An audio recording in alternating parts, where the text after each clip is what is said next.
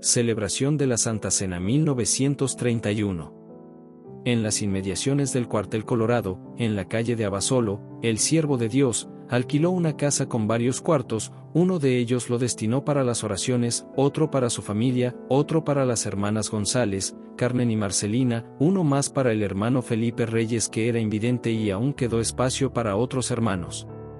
El apóstol dio gracias a Dios por ofrecerle un lugar donde hacer sus reuniones y disponible para los hermanos carentes de recursos. Le lastimaba ver su sufrimiento, su pobreza extrema recordaba su propia experiencia. Después de uno de los servicios religiosos, el apóstol les anunció que deseaba celebrar el domingo siguiente una de las fiestas más trascendentales del cristianismo, la Cena del Señor. En consecuencia, deberían prepararse espiritualmente para comer y beber el cuerpo y la sangre de Jesucristo, símbolos de un nuevo pacto entre Dios y la humanidad. Durante la semana previa al acontecimiento, el siervo de Dios no salió a predicar a las calles, se dedicó a la oración y a la lectura de la Biblia. En sus explicaciones invitaba a los hermanos a la oración, al arrepentimiento, al reconocimiento y a la consagración, preparándose así para conmemorar la muerte y la resurrección de Jesucristo. Esa celebración requería recogimiento y fe. Con entusiasmo singular se prepararon piadosamente, según la tradición bíblica. Los hermanos panaderos prepararon el pan sin levadura, las hermanas prepararon el vino, los ingredientes eran harina y aceite de oliva para el pan y uvas para el vino.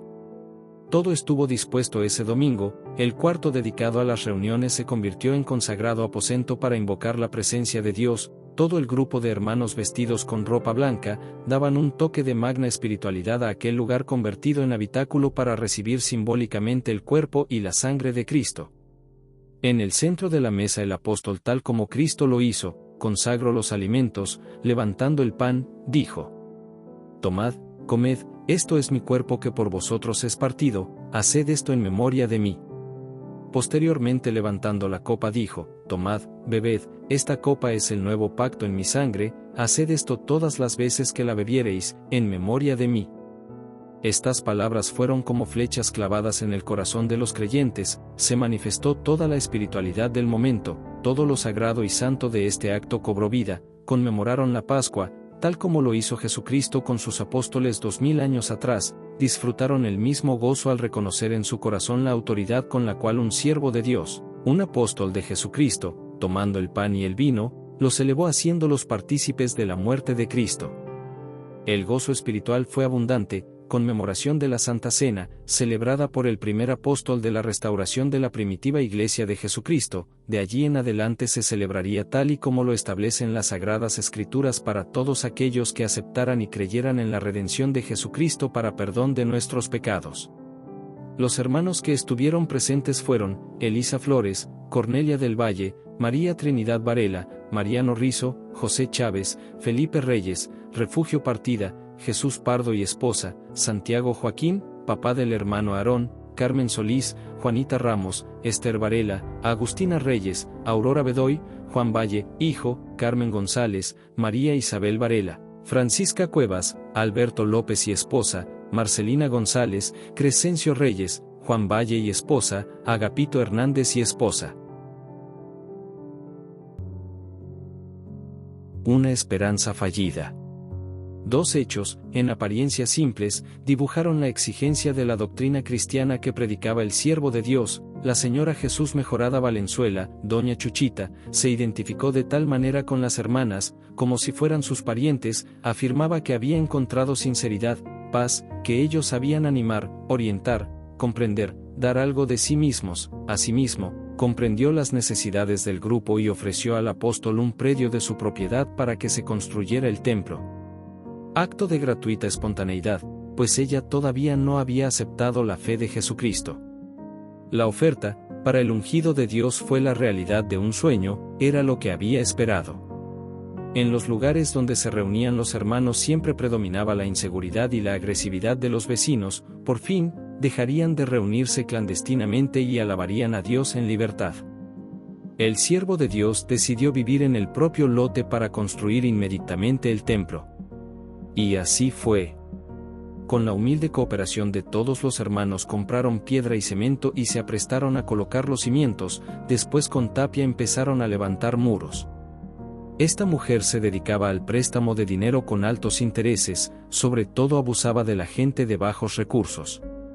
Estos excesos fueron del conocimiento del apóstol, por lo que le sugirió que dichas actividades las practicara en la forma más justa posible. Su reacción fue negativa. En un exabrupto, ofensiva e irritada, doña Chuchita les pidió desalojaran su propiedad inmediatamente y corrió a los hermanos sin importarle la inversión en la construcción.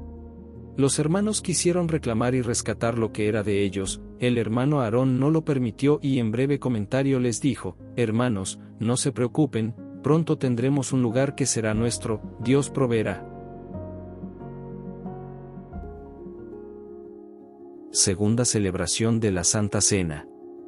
La naturaleza peculiar del siervo de Dios se revelaba en su afán por anunciar la doctrina de Jesucristo. Cualquier lugar le fue propicio para predicar, orar, bautizar, leer la Biblia. Su misión fue la evangelización a través de la sencillez y la humildad en el anunciar lo más grandioso, el amor de Dios y las nuevas de salvación traídas por Cristo Jesús.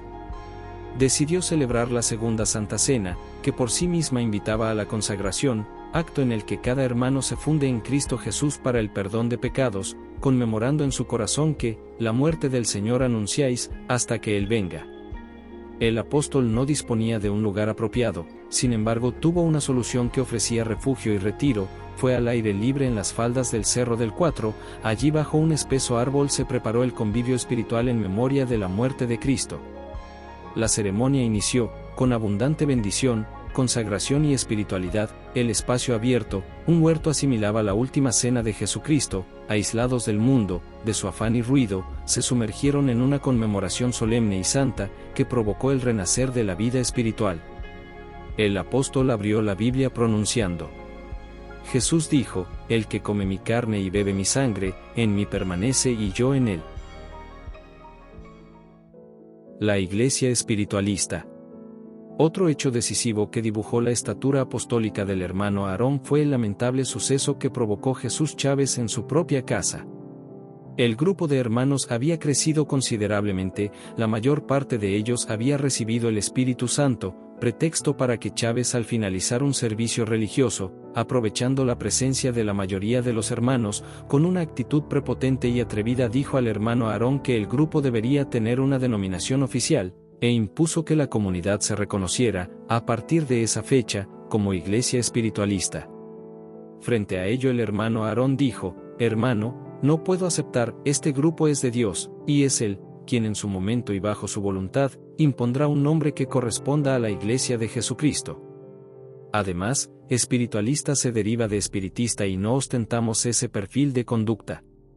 Oremos a Dios con fe y esperanza que Él nos dará su respuesta. Jesús Chávez se incomodó, de tal manera que en su molestia y amargura, altamente irritado, arrojó a los hermanos de su propiedad y señaló que él mismo integraría su propio grupo y le llamaría Iglesia Espiritualista. Muy pocos hermanos se sumaron a esa idea. El hermano Aarón invitó a los que quedaron con él a reunirse en otro lugar, la misma calle 32, hoy Ramón Morales, casi esquina con Pablo Valdés. El área se conocía como La Babilonia. Nacimiento de su hija Rebeca.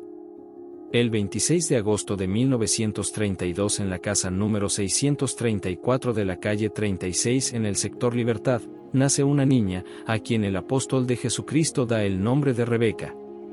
En un servicio religioso, invitó a los hermanos a dar gracias al Señor e hizo la presentación como solía hacerlo, poniendo en las manos de Dios a su nueva hija. Una ocupación para ayudarse. Para llevar a cabo su misión apostólica, la evangelización recorría barrios y colonias de la ciudad en todos sus ángulos, despreciado, expulsado, amenazado, pero a veces también escuchado, respetado y seguido por algunos. Sabía entregarse con obediencia y fortaleza a la difícil actividad de sembrar la palabra de Dios. Las visitas domiciliarias se multiplicaron en puntos distantes unos de otros, por lo que para atenderlos requería dinero para trasladarse. Para no desatender la obra del Señor pensó dedicarse al comercio ambulante, trabajo que no requería horario determinado. Le pidió al hermano Valencia le enseñara a hacer buñuelos. Esta actividad fue rápidamente aprendida por la hermana Elisa, quien se dedicaba a preparar la masa y cocinarlos. El hermano Aarón los vendía en las colonias cercanas, ayudado por Jesús Durán. A pesar de las reducidas utilidades, le fue posible usar transporte y evitar las caminatas que le restaban tiempo para visitar a los llamados a pertenecer al pueblo de Dios. Este ejemplo fue enseñanza de la cual aprendieron los hermanos, lo cual fue haciendo poco a poco que la iglesia adquiriera un mayor dinamismo. Reuniones y peligros. El Evangelio de verdad predicado por un auténtico apóstol de Jesucristo se afirmó cada día más, así como el número de fieles que por obra de Dios iba en aumento. Los cultos de adoración a Dios se realizaban todos los días, a las 5, a las 9 de la mañana y a las 6 de la tarde, tiempo para orar, explicar la Biblia y cantar himnos, pero con tal fervor que alteraba la quietud de los vecinos, quienes alterados e insolentes arremetían contra los hermanos verbal y físicamente. Ante esta situación, el siervo de Dios solía invitar a los hermanos a la barranca de Oblatos para celebrar los cultos dominicales. Por la mañana de 9 a 11 y por la tarde de 2 a 5. La barranca era un pintoresco paraje, privado de asperezas y suavizado por su límpida perspectiva, la ausencia de personas y viviendas, el silencio y la soledad, frente al azul intenso del cielo y el aire libre invitaban a la meditación.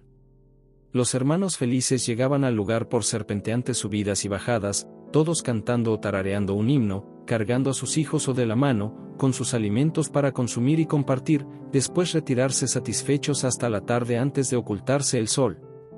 Un poco más al fondo de la barranca destacaba entre hierbas silvestres un delicioso paraje y al costado de las escarpadas alturas una áspera roca hendida en el acantilado que de una de sus fisuras dejaba escapar un hilo de agua cristalina, que se almacenaba en un foso natural poco profundo, bella extensión de agua que reflejaba como un espejo la altura de la montaña. Hasta ahí descendían el hermano Aarón y todos los hermanos a refrescarse. Este hermoso paisaje fue testigo de los bautismos que se llevaron a cabo el 2 de abril de 1933, cuando los hermanos Antonio Vázquez, Rosario Arreola, Jesús Medina, Ignacio Barajas, Refugio de Barajas y otros, aceptaron a Jesucristo como enviado de Dios para la salvación del mundo. En otras ocasiones se reunían en unos pequeños barrancos por el rumbo de Soquipan, hoy un campo de golf, aprovechando las arboledas del lugar. Allí disfrutaron de días de bendición, de episodios donde en libertad expresaron a Dios su fe en oración y alabanzas, cantaban sin inhibiciones, oraban con todo fervor en tonos bajos y altos, sin límite de fe alguno. Días de felices remansos de luz, en los que la meditación siempre aliada en su oración, regocijaba su fe, su esperanza, su ánimo, su valor, su paciencia, en fin toda esa gama de elementos esenciales que requiere el creyente para seguir a Cristo. A tal grado llegaba la inseguridad y la intolerancia religiosa de aquella época que cuando los hermanos se reunían en las barrancas, el siervo de Dios enviaba 1 o 2 guardias para que les avisaran oportunamente y pudieran dispersarse, simulando estar en un día de campo, jugando con sus hijos o descansando. Hubo reuniones en las que no se permitió cantar himnos para que no fueran localizados y denunciados, principalmente cuando se juntaban en el Parque San Rafael que se localizaba cerca de la ciudad. Varios fueron los sucesos en los que el apóstol y los hermanos, a pesar de ser víctimas de las intransigencias, fueron providencialmente protegidos. Sucedió un día, cuando el ungido de Dios estaba predicando, llegó una mujer e interrumpió el servicio religioso, en tono alto y visiblemente nervioso preguntó, ¿quién es el hermano Aarón? Él contestó, yo soy, ¿qué se le ofrece? Y ella agregó, el hermano Zambrano, pastor de la iglesia congregacional, me envió a prevenirlos. Él se enteró porque el propio jefe de la policía le llamó y le dijo, avise al hermano Aarón que tengo una orden de detenerlo a él y a su grupo. Procuraré retrasarme para que puedan huir. Ellos me simpatizan y no me gustaría detener a los que predican el Evangelio.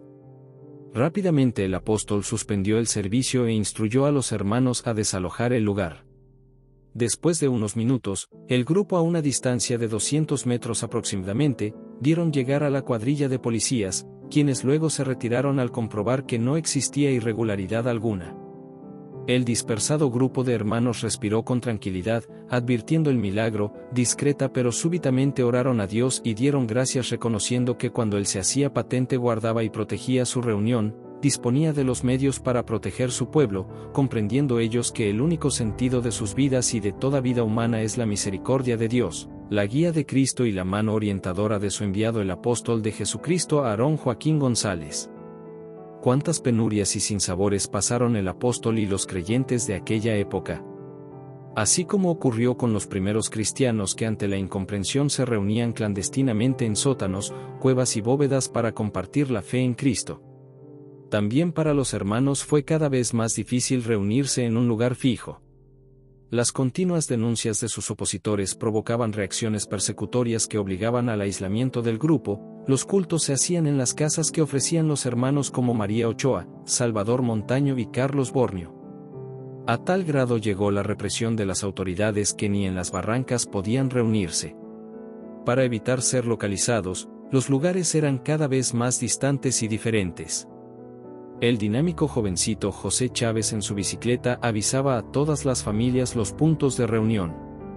Ante la imposibilidad de bautizar en lugares abiertos, estos se llevaban a cabo secretamente en la casa del hermano Bornio, en una tina, como improvisada pila bautismal.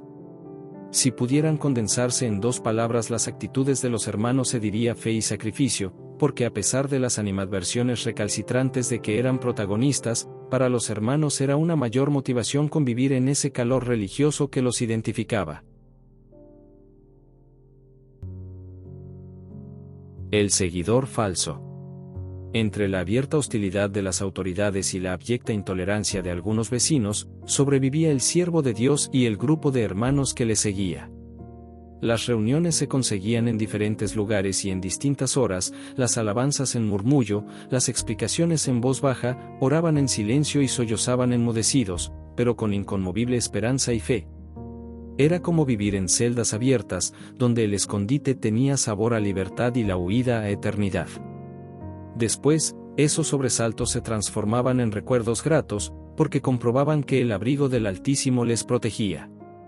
Sentían que cuando alababan a Dios se aislaban a un horizonte lejano, de manera que ningún extraño lograba saber dónde existían, ni en qué punto se reunían. Sin embargo, un día un hombre miserable, del mismo grupo de hermanos, lo traicionó y denunció ante el jefe de la policía diciendo: «Conozco un grupo subversivo, sé en dónde y cuándo se reúnen». La policía los buscó, investigó, indagó, pero no los encontró. El apóstol, sin saberlo, para despistarlos decidía, cada vez con mayor inquietud, un rumbo distinto, una casa diferente, instrucciones a las cuales los hermanos se ajustaban resueltamente. El falso creyente en el enviado de Dios no regresó, volver al grupo era vergonzoso y desalentador, por lo que pensó ser misionero y hacer sus propias reuniones. Lo seguía una persona solamente a la que pronto quiso bautizarla y fue a la presa de Soquipan. En plena ceremonia llegó la policía y lo detuvo con algunas personas más. Cuando lo presentaron al jefe de la policía, éste lo reconoció y asombrado le dijo: «¿No es usted el que acusaba al hermano Aarón? ¡Qué descaro! Usted hace las mismas cosas». El cazador salió casado, y añadió: «Será castigado por rebelde y desleal». El hombre soberbio e irritado blasfemaba por la disposición a la que tendría que sujetarse. Este testimonio fue un suceso grandioso para los hermanos, porque ellos se movían con su único patrimonio, la fe, por esa fe inquebrantable, abierta, que como un salvoconducto los identificaba como cristianos. Tiempo después se trasladaron a vivir en una casa ubicada entre Gigantes y Obregón, muy cerca del campo de fútbol, El Oro. Ahí se destinó un cuarto para alabar a Dios. En Ameca, Jalisco. Ameca era un pueblo tranquilo, rodeado de extensas llanuras que invitaban a disfrutar una vida sosegada y tranquila. Allí fue a vivir una pareja recién convertida, el hermano Felipe Reyes y su esposa, a quienes el siervo de Dios les recomendó no olvidarse de las prácticas religiosas, que para los extraños serían la mejor prueba de que ellos eran cristianos, pues el ejemplo, decía, es más elocuente que las palabras. Pronto se juntaron 11 personas más con la familia Reyes a orar y alabar al Señor. Tal fue su entusiasta actitud que destinaron un lugar para sus reuniones, deseaban conocer al apóstol. El hermano Felipe comunicó anhelo al ungido de Dios, quien inmediatamente decidió trasladarse a Ameca para darles a conocer la doctrina y la fuerza de su fe. Las circunstancias económicas le permitieron hacer el viaje en tren, acompañado de su esposa y los hermanos Josema Valencia, Carmen González y otra hermana. Fueron recibidos con beneplácito, la misión apostólica fue intensa, los hermanos suspendieron sus actividades anteponiendo su interés por disipar todas sus dudas. El siervo de Dios expuso la doctrina revelada y los evangelizó sobre el Dios no conocido, es decir, el Dios que perdona, que salva, que no es material, que está en los cielos, el que rechaza los vicios, las malas costumbres, lo vano y da la paz del alma. Ellos absortos lo disfrutaron plenamente. Eran seres que sentían la nostalgia de Dios, que deseaban conocerlo para recobrarlo y al recobrarlo unirse a Él. 11 personas sintieron en su corazón el deseo del bautismo. El hermano Aarón seleccionó una pequeña explanada cerca de un arroyo, donde espesos árboles sombreaban esa área apacible y quieta. Fue una ceremonia humilde pero con encanto y plenitud espiritual. Los hermanos vestidos de blanco para la celebración daban un toque singular al solemne acto. Fue un día de convicción, de purificación de fe. La protesta a los nuevos hermanos la tomó el apóstol de Jesucristo Aarón Joaquín González. ¿Creen en el Señor Jesucristo como único Salvador? ¿Creen en la Biblia como única y suficiente regla de fe? ¿Creen que el bautismo es para perdón de sus pecados? ¿Están dispuestos a abandonar el mundo y sus halagos, los vicios, las malas costumbres y seguir a Cristo? Sí, amén. Dijeron todos ansiosamente y humildemente, bajaron al arroyo y fueron bautizados. ¡Qué alegría para esos hermanos! El apóstol les dijo, todos sus actos negativos, sus pecados, anotados en su cuenta personal, han sido remitidos al Todopoderoso y cada uno ha sido perdonado por Dios, han renacido en una vida nueva, porque en su alma, en su conciencia a partir de este momento y para siempre, son cristianos. Como marco de esa fiesta espiritual la comunidad entonaba himnos, eran cantos de esperanza y de fe, que dieron la bienvenida a los hermanos Lino Melchor, Ángela Molina, María Melchor, Guadalupe López y su esposa y 6 más. Fue un día memorable, imagen de los tiempos de Cristo cuya emoción quedó grabada en el corazón de todos los presentes. Nombramiento del primer ministro. Después de este significativo acontecimiento era necesario retornar a Guadalajara. Por falta de recursos el viaje fue a pie. Los hermanos que acompañaron al hermano Aarón lo observaron admirados como durante toda la travesía caminó con dificultad debido a que los huaraches lesionaron sus pies, sin embargo no hubo queja ni protesta alguna, a pesar de la carga de su propio equipaje. Agradable sorpresa causó al apóstol que los hermanos de Guadalajara lo fueran a encontrar a un lugar llamado La Venta del Astillero. Él, con entusiasmo les relató la interesante experiencia en Ameca, como Dios había manifestado su esencia con plenitud. Al terminar su reseña los invitó a orar dando gracias a Dios y cantando himnos tomaron el camino hacia la iglesia. El siervo de Dios sentía en su corazón y con entendimiento cómo el Evangelio de Cristo se iba difundiendo, por fin la palabra sembrada empezaba a germinar, pero necesitaba vigilancia y cuidados, circunstancias que requerían de apoyo de otros hermanos. El pueblo de Dios crecía lenta pero firmemente. El domingo siguiente el servicio religioso se hizo en la barranca de Oblatos. El apóstol, en pleno ejercicio de su misión evangelizadora, llamó al hermano José María Valencia y le dijo, en cumplimiento al ministerio que Dios me ha encomendado he decidido nombrarlo ministro. Hermano José María, le encargo a los hermanos de Ameca, guílos, oriéntelos, porque son parte de la esposa de Cristo. Recuerde que su condición de hombre lo expone a la inclinación inconveniente hacia las mujeres, el dinero y la soberbia, pero tiene el privilegio de la fe. Esfuércese y sea valiente. El ungido de Dios dio un paso y en un gesto de protección, firme pero con infinita ternura, invitó al hermano Valencia a arrodillarse y lo presentó a Dios en presencia de toda la comunidad reunida. Fue un momento trascendental. El siervo de Dios comentaba que a la luz de ese atardecer veraniego y bajo la majestuosidad de la barranca vivió un momento intenso, profundo, porque en la presentación de ese primer obrero, en la vehemencia de su pasión evangélica, tuvo la visión de su Dios, al revelarse en su mente la iglesia en el futuro, que orgullosa mostraba sus grados espirituales y vio muchos hermanos ungidos como profetas, doctores, evangelistas, pastores, diáconos, obreros que se dispersaban en los pueblos, en las ciudades, en las montañas, en los países, en los continentes, hablando de Cristo. La visión duró unos segundos, lo suficientes para que el apóstol quedara inmóvil y lleno de sorpresa. Luego el goce supremo de su contacto con Dios. Lo disfrutó detenidamente. Ese momento fue el impulso poderoso para recordar aquellas palabras que Dios le había dicho al entrar a Guadalajara. Tengo un gran pueblo que me servirá y será ejemplo para muchas naciones que me conocerán, y esta será la prueba de que yo te he enviado, yo estaré contigo. No hay duda, dijo, Dios está conmigo. Y su fe se aumentó más y más en el fondo de su corazón, haciéndole más seguro y fuerte. La tercera Santa Cena. El grupo de hermanos que creyeron que el hermano Aarón era un auténtico enviado de Dios no mostraron descontento alguno por su continuo peregrinar de casa en casa. El apóstol decidió celebrar la tercera Santa Cena, esta vez, dijo, será el próximo 3 de septiembre en un lugar aislado, en la isla del Presidio que se localiza en el lago de Chapala. Naturalmente fueron invitados los hermanos de Ameca con el hermano obrero evangelista, José María Valencia, y los hermanos de Ocotlán, con el hermano Julián Zamora, quien había sido nombrado recientemente. Los hermanos de Ameca al pasar por Guadalajara fueron detenidos por sospechosos, y aunque ellos afirmaron que iban de paseo a la isla del Presidio, no pudieron justificar el viaje pues no traían el dinero suficiente para sufragar los gastos. En consecuencia fueron considerados como un grupo subversivo.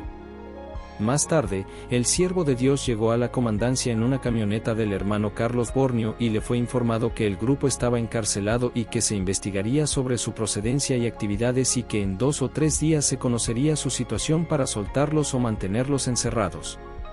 El apóstol, a pesar de su cerrado círculo de relaciones con las autoridades de la ciudad, habló con un abogado de la presidencia municipal, quien sin conocer al grupo milagrosamente dio la orden de que los dejaran en libertad.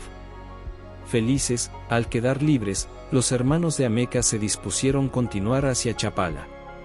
Como el viaje era a pie, en el camino se les sumaron los hermanos de Guadalajara con los que comentaron el suceso. Ya entrada la noche llegaron a la laguna en medio de una tormenta que les impidió cruzarla de inmediato. El apóstol deseaba llegar a la isla para estar con los hermanos que le habían precedido. Un hombre se ofreció solícito a llevar al grupo en su lancha. A la mitad de la travesía la fuerte lluvia y el viento hicieron peligrar la embarcación. Los hermanos asustados veían la impotencia del lanchero por controlar su barca. El oleaje era cada vez más imponente y el agua había que sacarla de la lancha. El ungido de Dios los invitó a orar. Al mismo conductor le dijo, no tema, tenga fe en nuestro Dios. La oración fue con angustia, pero con gran fervor. En la inmensidad de la laguna la súplica fue a toda voz. Cuando ellos terminaron de orar se inició la calma. Poco a poco las olas bajaron de altura y un suave viento se llevó la lluvia pertinaz y pudieron navegar seguros. El lanchero, temeroso, no daba crédito a lo sucedido. Como si Dios de pronto hubiera ordenado, sea la paz, y la ira de la tempestad se calmó completamente. El apóstol invitó a los atemorizados hermanos a dar gracias y al conductor se limitó a decirle, Dios está con nosotros. Cuando llegaron a la isla era la madrugada, los hermanos que dormían bajo unos matorrales se despertaron al oír los himnos que entonaba el siervo de Dios y los hermanos, yendo a su encuentro en la oscuridad de la noche. Después de comentarles lo sucedido y agradecer a Dios los favores recibidos, se dispusieron a descansar. Más tarde el apóstol y la hermana Elisa empezaron a entonar el himno, Te loamos, oh Dios. Al oírlos los hermanos empezaron a acompañarlos en su canto, a la luz de unas velas, para poder leer las estrofas del himno. Eran las 5 de la mañana. Llegada la claridad del día, el hermano Aarón dispusóse a buscar un lugar adecuado para celebrar la Santa Cena. Localizada el área, limpiaron, improvisaron bancas y después de mediodía todo estaba listo para el acto que incluiría la aplicación del sacramento del bautismo en las aguas de ese lago tranquilo y espacioso. El hermano Aarón volvió a referir las frases de esperanza, yo te bautizo en agua y mi Señor te bautizará con su Espíritu Santo. Entre los nuevos hermanos estaba David Rodríguez, asiduo contendiente que, finalmente convencido, aceptó el Evangelio. El servicio religioso fue memorable y el día espléndido. Era el oasis de calma que los hermanos esperaban, ajenos de la persecución y lejos de la intolerancia y el acoso del clero. Esos momentos fueron eficaz bálsamo a las pasadas horas de dramatismo. Hallaron en esa isla los espacios de tranquilidad y paz que ansiaban. El suave rumor de las aguas del lago y el panorama de la lejana orilla los hacía sentirse como fuera de este mundo. El silencio del lugar solo era interrumpido por los sonidos de los cánticos, la explicación bíblica y la oración. Era como si su accidentado presente, lleno de amenazas, ahora se vivieran bajo normas distintas, de libertad y calma. Al cerrar sus ojos los hermanos gozaron de ese momento inigualable, dejando todos sus temores en manos de Dios, hasta que una vez, volviendo a mirar su realidad cotidiana, revestidos de una nueva emoción y acogidos por esa magistral esperanza, regresarían al mismo mundo, pero con una nueva perspectiva, bajo el espacio de la luz de su fe que iluminaba su vida para siempre. Muy emotiva fue la despedida de los hermanos. Llevaban solo sus recuerdos y en clara unidad la convicción de su fe. Unos se fueron a Ameca, otros a Ocotlán y el grupo mayor a la ciudad de Guadalajara. Con ósculo santo y apreciable abrazo se dijeron mutuamente: pronto nos veremos, la paz sea contigo, que Dios te bendiga.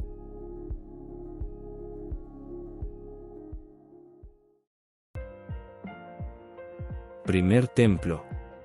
El número de hermanos fue creciendo, lenta pero visiblemente. La improvisada casa de oración en la calle privada de Gigantes fue insuficiente. El siervo de Dios, impulsado por la fe, por su visión profética, animó a los hermanos, visualizando la futura superación espiritual y social, frente a la oportunidad de comprar 2 lotes en abonos, en la calle 46, hoy José María Gómez, destinados específicamente para construir el primer templo. Decía el apóstol: humilde y sencillo lugar, pero será propiedad de los hermanos. El enganche de 2.50 pesos fue aportado por la hermana Basilia, esposa del hermano José Garibay. A sugerencia del apóstol, los hermanos adquirieron algunos solares vecinos al nuevo templo con el fin de circundar el nuevo templo y vivir en comunidad.